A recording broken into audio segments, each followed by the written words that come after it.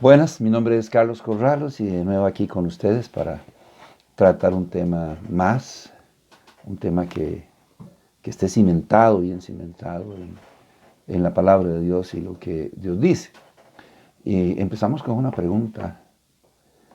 ¿Puede un creyente hoy en día consumir vino o algún tipo de licor? Esta es una situación viable. Bueno, hay múltiples respuestas. Hay quienes dicen que definitivamente no se puede, otros que sí se puede, otros que se podría, en tanto sea de manera moderada y no se llegue a la ebriedad. ¿Qué podemos decir nosotros al respecto? Bueno, en primer lugar, lo que podemos decir es que los vinos de los tiempos bíblicos difieren mucho, pero mucho, de los vinos que se producen hoy en día. ¿Por qué? Bueno, porque los vinos en los tiempos bíblicos solían diluirse en agua, y de ahí que tenían menor contenido alcohólico. Al ser diluidos en agua, los vinos en los tiempos bíblicos podrían contener entre un 2 o un 2,75% de alcohol. Inclusive algunos podrían contener menos que un 2% de alcohol. No así los vinos de hoy en día. Los vinos de hoy en día pueden contener un 14, un 18, un 24% e inclusive hasta más porcentaje de alcohol que eso. Los griegos, porque ¿cómo sabemos esto? Bueno, los griegos y los judíos de la antigüedad recopilaron esta información y escribieron acerca de esta costumbre de diluir el vino con agua para evitar casualmente la fermentación y por lo tanto evitar también la embriaguez, ya que en aquella época era considerado una barbarie consumir vino en su estado natural o en su estado puro. Habían varios tipos de vino. Por ejemplo, estaba el vino nuevo o fresco, del griego gleucos. Este vino era hervido y mezclado con agua hasta que el agua llegaba a evaporarse y morían todas las posibles bacterias que podían hacer que el vino se fermentara. Luego de ser hervido y que el agua se evaporaba y que ya había sido producido, entonces era almacenado en odres de cuero, o sea, en recipientes de cuero. Usaban el cuero de algunos animales, el estómago de algunos animales inclusive, mediante un proceso para posteriormente usarlo como un recipiente para almacenar el vino. Para su consumo, este vino que se encontraba en los odres era exprimido y depositado en, qué sé yo, vasos, copas, ¿verdad? Y era nuevamente diluido, ¿verdad? Una vez más o menos unas 20 partes de agua por una de vino. ¿Por qué? Porque este vino, al ser hervido, era muy espeso. Era una especie, era como una especie de miel. Entonces ellos vertían del odre en un recipiente 20 partes de agua y una de vino. Era una bebida muy refrescante, no alcohólica. Homero y Plinio, los filósofos griegos, escribieron acerca de este hábito, de esta costumbre. Tenemos también el jugo de uva o jugo fermentado, del hebreo tirosh, el cual se fermentaba rápidamente. Entonces, como podía causar embriaguez, era mezclado con agua, diluyéndolo en 3 partes de agua por una de vino, reduciendo así el contenido de alcohol en un porcentaje muy bajo, hasta de un 2 o un 2,75%, considerado dentro de la cultura judía como una bebida no alcohólica. Tenemos también lo que he llamado el vino normal o el vino líquido, del griego oinos. Era mezclado con agua entre 10 o 15 partes de agua por una parte de vino, por lo que presentaba un nivel de alcohol mucho más bajo que el Tirosh, menos del 2 o el 2,75%. A veces podía tener hasta un 1 o 1,5 por ciento de alcohol, o sea, era prácticamente, aunque era un vino fermentado, no tenía un porcentaje alcohólico muy alto. Como podemos ver, entonces los vinos de los tiempos bíblicos eh, no son los mismos vinos de hoy en día, ¿verdad? Pues presentan un contenido o presentaban un contenido alcohólico muy inferior a los vinos de hoy en día. Según las normas legales, para que una bebida sea alcohólica, debe contar con una graduación de 3,2% de alcohol. Más o menos. Bien, pensando en todo esto, ¿puede el creyente hoy en día consumir vino o licor socialmente y de forma tal vez moderada? Bueno, vamos a hacer algunas consideraciones. En primera instancia, tenemos que decir que en el Antiguo Testamento ni los sacerdotes ni los nazareos podían tomar vino. Había una prohibición para que los sacerdotes y los nazareos pudiesen ingerir, por ejemplo, vino. Un vino que recuerde, o lo recuerdo, es de menor porcentaje alcohólico. La pregunta es ¿por qué? Daniel, ¿recuerda al profeta Daniel? Daniel, sin ser sacerdote ni nazareo, dice en Daniel 1:8 que se abstuvo de probar vino. Y Daniel propuso en su corazón no contaminarse con el vino de la mesa del rey. Usted lo puede buscar ahí en Daniel en el capítulo 1, el versículo 8. Juan el Bautista también se abstuvo de tomar vino. La pregunta es, ¿por qué? ¿Por qué Daniel, por qué Juan el Bautista, sin ser sacerdotes, sin ser nazareos, por qué se abstuvieron de tomar vino? Por otro lado, el Señor Jesucristo. Bueno, si bien es cierto, el Señor Jesucristo convirtió el agua en vino en las bodas de Caná, algo que siempre nos recuerdan, no creemos que este haya sido una bebida embriagante, sino una bebida refrescante, no alcohólica. Tampoco creemos que en la cena del Señor, el Señor Jesucristo haya usado una bebida embriagante, pues eso implicaría que tuviera algún grado de alcohol y estuviera fermentada. Piénselo de esta manera, con respecto a la cena del Señor. Si el pan que tomó de la mesa era sin levadura, y la levadura no podía encontrarse en ningún lugar en la nación de Israel durante la celebración de la Pascua, ni durante la celebración de los panes sin levadura. Vaya conmigo, por favor, al libro de Deuteronomio, al capítulo 16, al versículo 3 y 4. Y lea conmigo de la siguiente manera. No comerás con ella pan con levadura. 7 días comerás con ella pan sin levadura. Pan de aflicción, porque aprisa saliste de la tierra de Egipto, para que todos los días de tu vida te acuerdes del día en que saliste de la tierra de Egipto. Y no se verá levadura contigo en todo tu territorio por 7 días. Y de la carne que matares en la tarde del primer día, no quedará hasta la mañana. Entonces, tomando en consideración que cuando el Señor tomó pan de la mesa para instituir la cena del Señor, tomó pan sin levadura, y la levadura no podía encontrarse en un lugar en la nación de Israel durante la celebración de la Pascua. Y el pan sin levadura que tomó el Señor de la mesa representa su cuerpo, el cual era sin pecado. Primera de Corintios, capítulo 5, versículos 6 al 8. No es buena vuestra jactancia. ¿No sabéis que un poco de levadura leuda toda la masa? Limpiaos pues de la vieja levadura para que seáis nueva masa, sin levadura como sois, porque nuestra Pascua, que es Cristo, ya fue sacrificada por nosotros. Indudablemente, el pan sin levadura representaba el cuerpo de Cristo, el cual era sin pecado.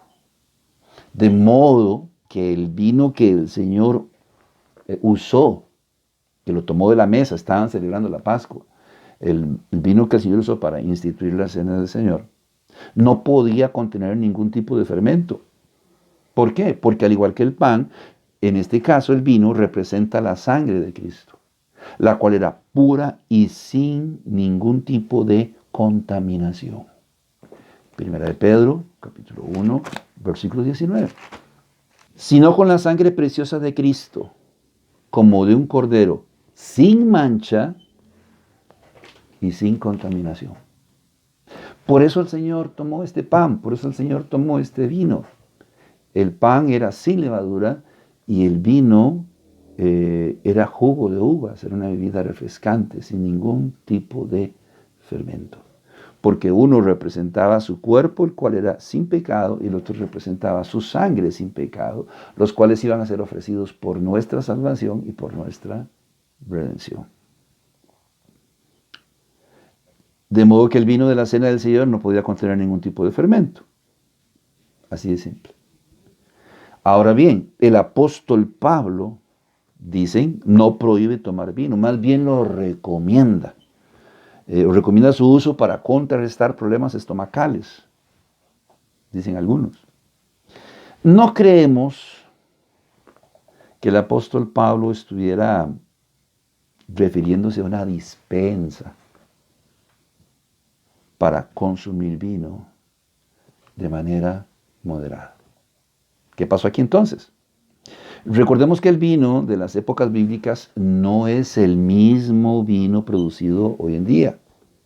El grado de alcohol era mucho menor que el de hoy en día. En aquella época no había muchas opciones para tratar diferentes problemas de salud, por lo tanto ellos echaban mano de lo que tenían a disposición, llámese aceite de oliva, para ungir a las personas, para ablandar las heridas, etc.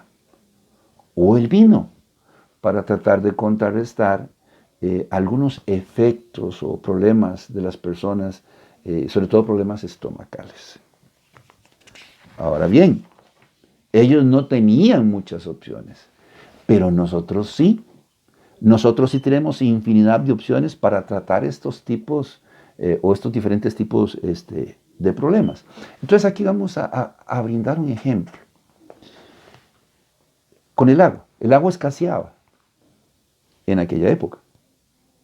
Por lo tanto, la gente no era que se bañaba todos los días, probablemente tampoco se bañaban todas las semanas, porque el agua escaseaba. Se lavaban, la costumbre era lavarse las manos, lavarse la cara, lavarse los pies, pero bueno, así como que un baño convencional, no, porque el agua escaseaba.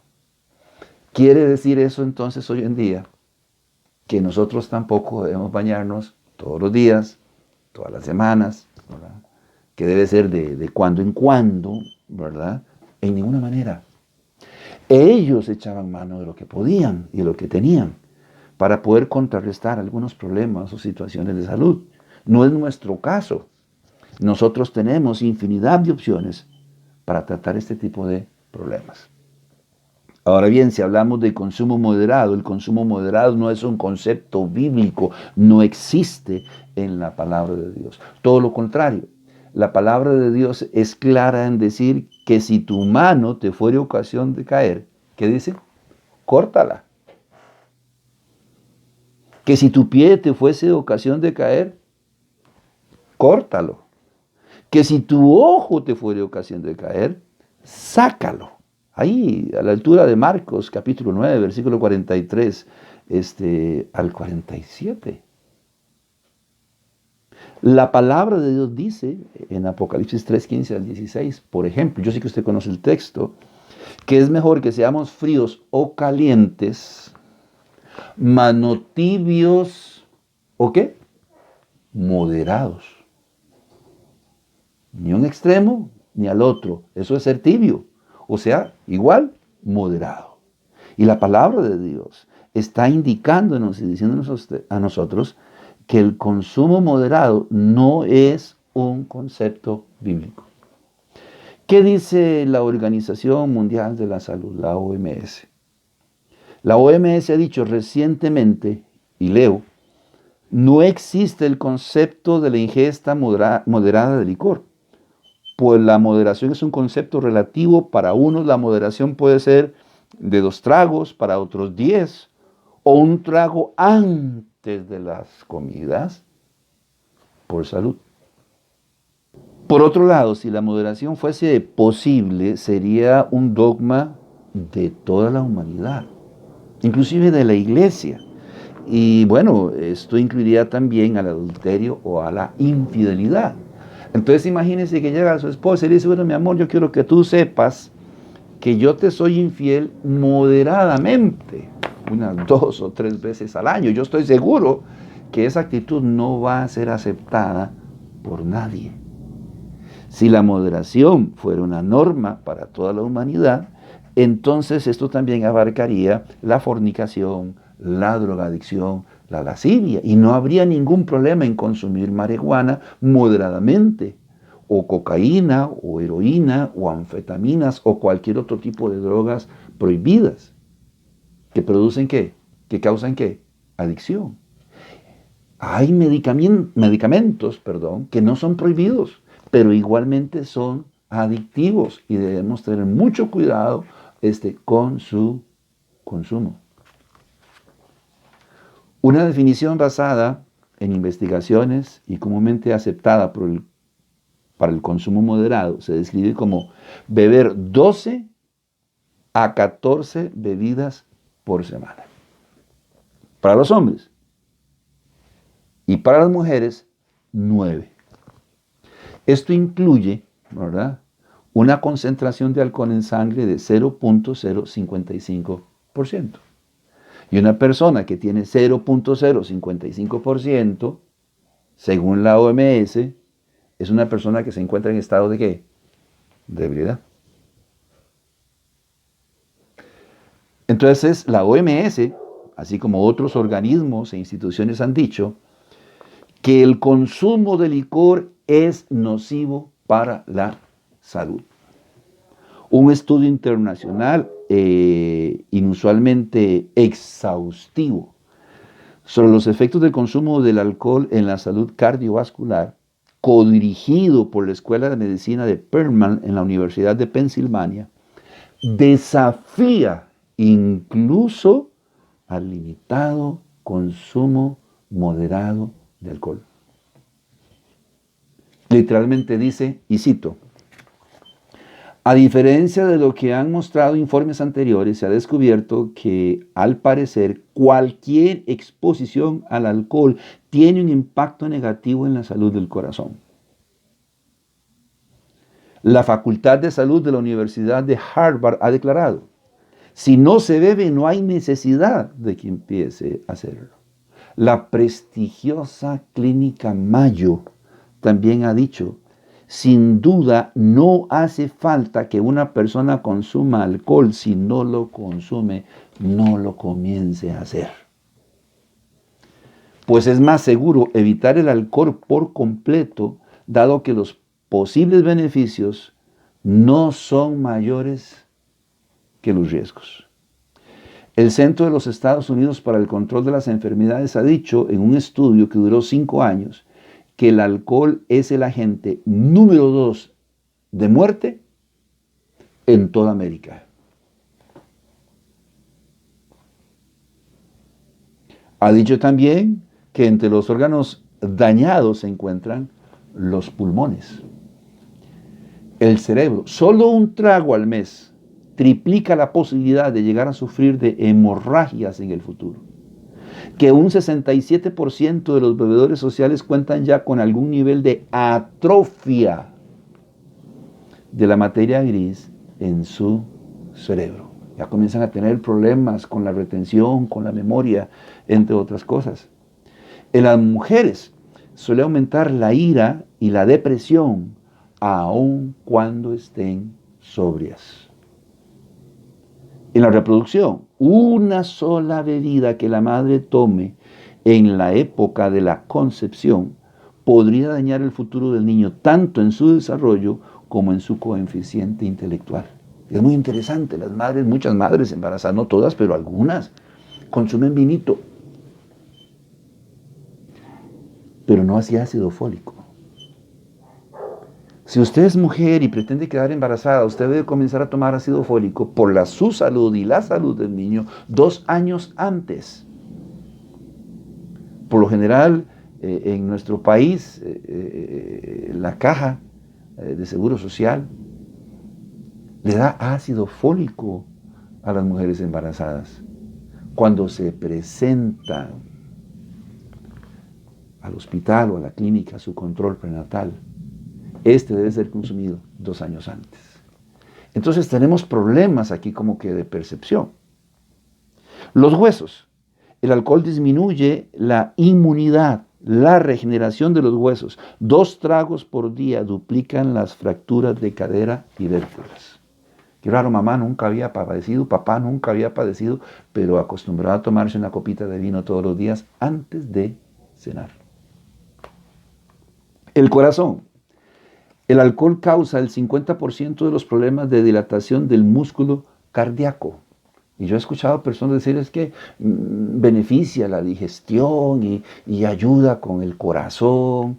Bueno, estamos diciendo que los últimos estudios han determinado lo contrario. Si usted quiere tener una vida más sana con respecto a su corazón, coma sano, haga ejercicio. Tómese una aspirinita para niños todos los días. ¿Por qué vino? Cáncer. El alcohol está relacionado con el 90% de los casos de cáncer de hígado y esófago, con el 75% de los cánceres de boca, con el 33% de los cánceres de colon. Solo una bebida por semana conduce al aumento del 60% en cáncer de pecho. El doctor Bruce Ames destaca que el vino y la cerveza clasifican como 7 veces más peligrosos que el resto de los 14 ítems de riesgo cardiogénico causantes de cáncer. De modo que el consumo de vino o alcohol está asociado a dolencias tales como derrames cerebrales, hipertensión, dolores de cabeza, cansancio, enfermedades del corazón, pancreatitis, diabetes, enfermedades hepáticas, trastornos del sistema inmunológico y varios tipos de cáncer, aún para los que beben moderadamente. Mire, hay algo que estoy queriendo decir hace rato y yo no sé si debo o no debo decirlo. ¿Cuándo ha visto usted un caballo adulto, no sé si decirlo así, un toro, un buey, una vaca, consumiendo leche? Y los seres humanos, hoy en día, se les recomienda consumir leche. Posiblemente esa sea la razón porque las personas que consumen vino, por ejemplo, moderadamente, el día siguiente muchos tienen dolores de cabeza inexplicables. Se sienten cansados o les duele el cuerpo. ¿Qué es lo que está pasando? Consumió algún grado de alcohol. La asociación con lo de la leche. ¿Qué es lo que pasa con la leche? La leche procesada tiene altos contenidos de antibióticos que no se procesan ni desaparecen mediante la pasteurización. Y nosotros estamos consumiendo esa leche y estamos consumiendo también esos antibióticos. ¿Comprende lo que estoy tratando de decir? Nosotros no debemos consumir alcohol. No es necesario que consumamos alcohol. El Centro de Salud de las Fuerzas Armadas y la Marina de los Estados Unidos señala lo siguiente. El alcoholismo no se define en base a lo que uno toma o cuando uno lo toma o incluso la cantidad de lo que uno toma. sino en sus efectos. No todos los metabolismos son iguales, sino en sus efectos a corto, mediano o largo plazo. A todo esto, ¿qué dicen las Sagradas Escrituras? Bueno, las Sagradas Escrituras, por ejemplo, dicen, el vino alegra el corazón, quita las penas o altera el juicio. El vino es escarnecedor y cualquiera que por ellos yerra no es sabio. Pablo nos dice, ay de aquel que destruyese el templo del Espíritu Santo, es nocivo para la salud, la OMS lo ha dicho. Que tenemos dominio de la situación. Bueno, tenemos dominio de la nuestra, no de nuestros hijos. Recordemos que siempre van a haber personas más débiles que nosotros y nuestro testimonio podría marcar sus vidas para bien o para mal. El ser humano, eso es inevitable, el ser humano aprende por repetición y por acumulación de hábitos. Recordamos el caso, yo no sé si yo les he contado en otros videos, pero recordamos el caso simple y sencillamente de un niño que se encontraba allí en el quicio de la calle, sentado. Y de repente se escarbaba la nariz y el niño se escarbaba la nariz y aprovechaba también, ¿verdad? Y una persona se quedó viendo a aquel niño, entonces subió a la acera y se dirigió a la casa, la puerta estaba abierta. De repente vio a una señora que probablemente era su madre, sentada ahí en el quicio de la puerta, haciendo exactamente lo mismo, escarbándose la nariz. Entonces él se detuvo, miró hacia adentro y vio una anciana como de unos 70, 80. La única diferencia es que no se los comía. El ser humano aprende por repetición y cúmulo de hábitos, pero aprende viendo y observando la vida del ejemplo de los demás. Que usted tiene control sobre la situación, pero no puede afirmar que sus hijos u otros van a tener control de la misma situación. ¿Qué dice Romanos 14, 13? El apóstol Pablo hablándonos. Así que ya no nos juzguemos más los unos a los otros, sino más bien decidid no poner tropiezo, ocasión de caer al hermano. Y esto lo podemos ver hasta inclusive en el reino animal. Los animales aprenden viendo a sus padres, a sus congéneres. Por repetición. Sí, por instinto, porque el instinto se desarrolla. Es así. En 1 Corintios, en el capítulo 8, en el versículo 10 y 11, porque si alguno te ve a ti que tienes conocimiento sentado a la mesa de un lugar de ídolos, la conciencia de aquel que es débil no será estimulada a comer de lo sacrificado a los ídolos, y por el conocimiento tuyo se perderá el hermano débil por quien Cristo murió. Versículo 13. Por lo cual, si la comida le es a mi hermano ocasión de caer, no comeré carne jamás, para no poner tropiezo a mi hermano. Y en 1 Corintios, en el capítulo 10, en el versículo 31 al 33, el apóstol Pablo dice, si pues coméis o bebéis o hacéis otra cosa, hacedlo todo para la gloria de Dios. No seáis tropiezo ni a judíos, ni a gentiles, ni a la iglesia de Dios, como también yo en todas las cosas agrado a todos, no procurando mi propio beneficio, sino el de muchos, para que sean salvos, dice el apóstol Pablo. Busco el beneficio de muchos para que sean salvos. Aquí no se trata de satanizar nada. Yo le hago una pregunta. ¿A qué ha venido Satanás? Si usted lee San Juan 10:10, la palabra de Dios dice que Satanás ha venido a destruir al ser humano, a destruir la sociedad, a destruir el matrimonio, a destruir la familia, a destruir los hijos. Satanás ha venido a destruir. Muy bien. ¿Qué dice 1 Corintios, capítulo 10, versículo 21? No podéis beber la copa del Señor y la copa de los demonios. No podéis participar de la mesa del Señor y de la mesa de los demonios. No se la pongamos fácil al diablo. No se la pongamos fácil a Satanás. Por placer, por gusto, podríamos estar destruyendo nuestro matrimonio, nuestra familia y a nuestros hijos con un hábito social infundado. De modo que por donde quiera que lo veamos, no es conveniente que bebamos licor, ni siquiera moderadamente. De modo que por donde quiera que lo veamos, no es conveniente que bebamos licor, ni siquiera moderadamente. ¿Me escuchó?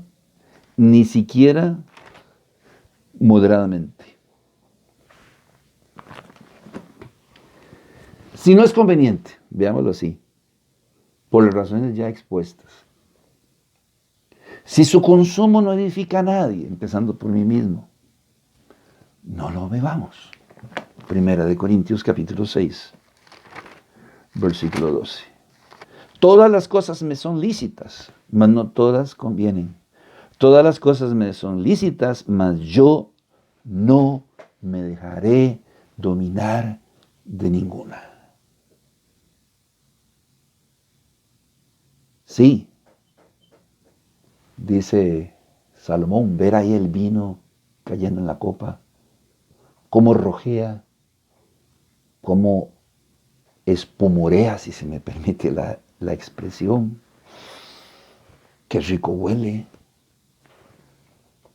qué rico sabe. Pero Pablo dice, yo no me voy a dejar dominar por ninguna, si no conviene. Y en 1 Corintios 10, 23 al 24, reitera, todo me es lícito, pero no todo conviene. Todo me es lícito, pero no todo edifica.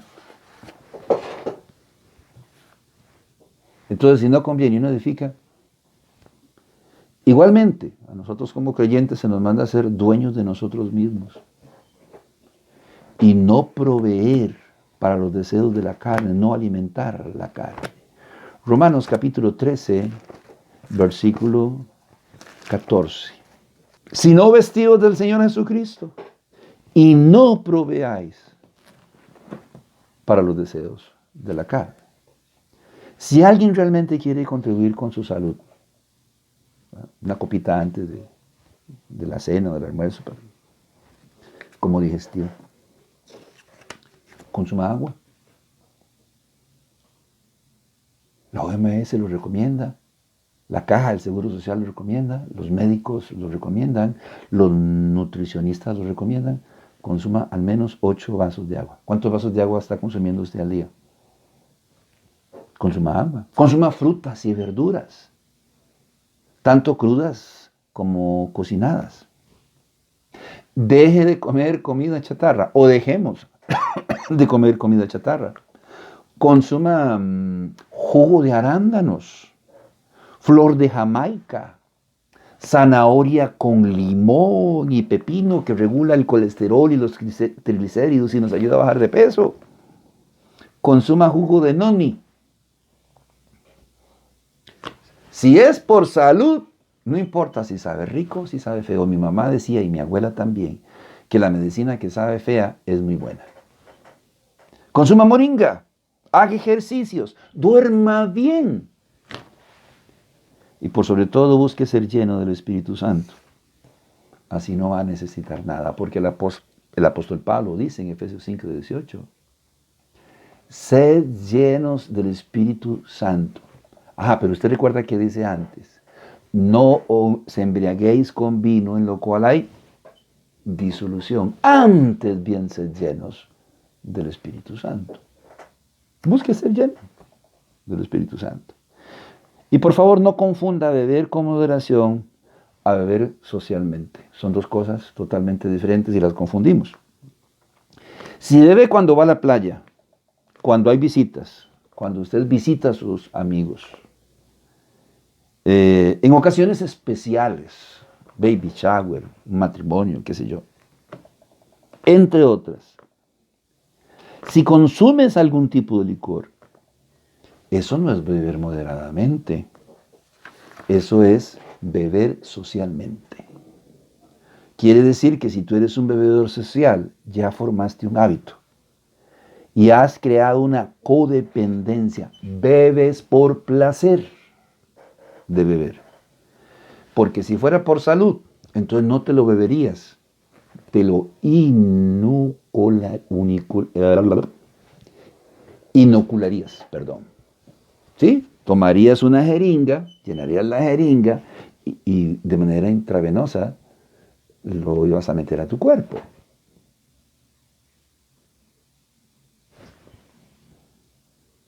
Ya es un hábito, ya has creado codependencia, bebes por placer.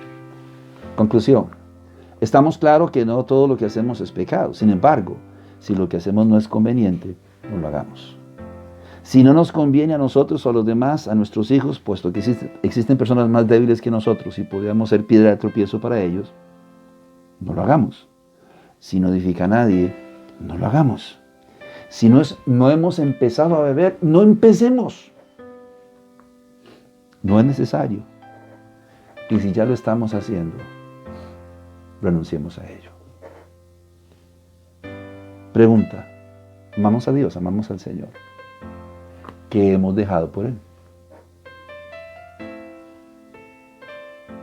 ¿O no estamos dispuestos a renunciar a nada por el Señor? Si no conviene, no edifica y no es necesario, tenemos la motivación de sobra para renunciar a ello por causa del Señor. Que Dios les bendiga.